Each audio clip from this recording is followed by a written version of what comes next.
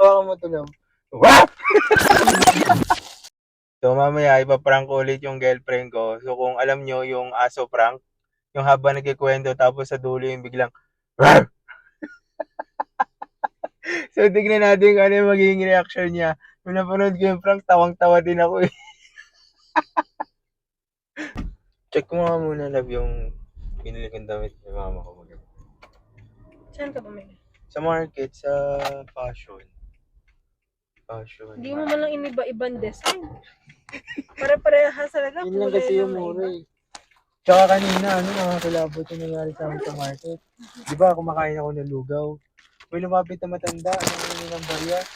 Sabi sa akin, sabi niya sa akin, nung bibigyan ko na ng barya, sabi sa akin, anak, dati ka bang aso? Gumanon? Eh? Oo nga. Seryoso nga. Tapos, tapos, totoo nga.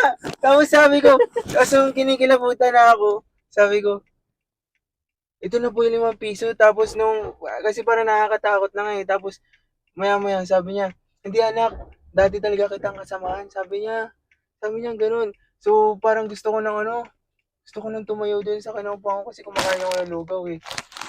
Tapos maya-maya, patayo na ako. Totoo nga, nakakatawa nga, pero totoo. Tapos mamaya nung patayo na ako, sabi niya, anak, sa totoo niyan, may bukol ako dito eh. Sabi niya, tignan mo sa'yo, may bukol ka rin. Hawakan mo to lang. Wap!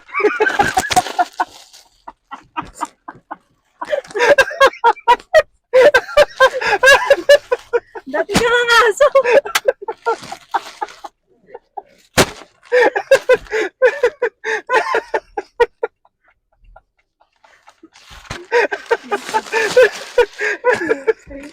Kaya na, natawa na ako. Isa unang linya.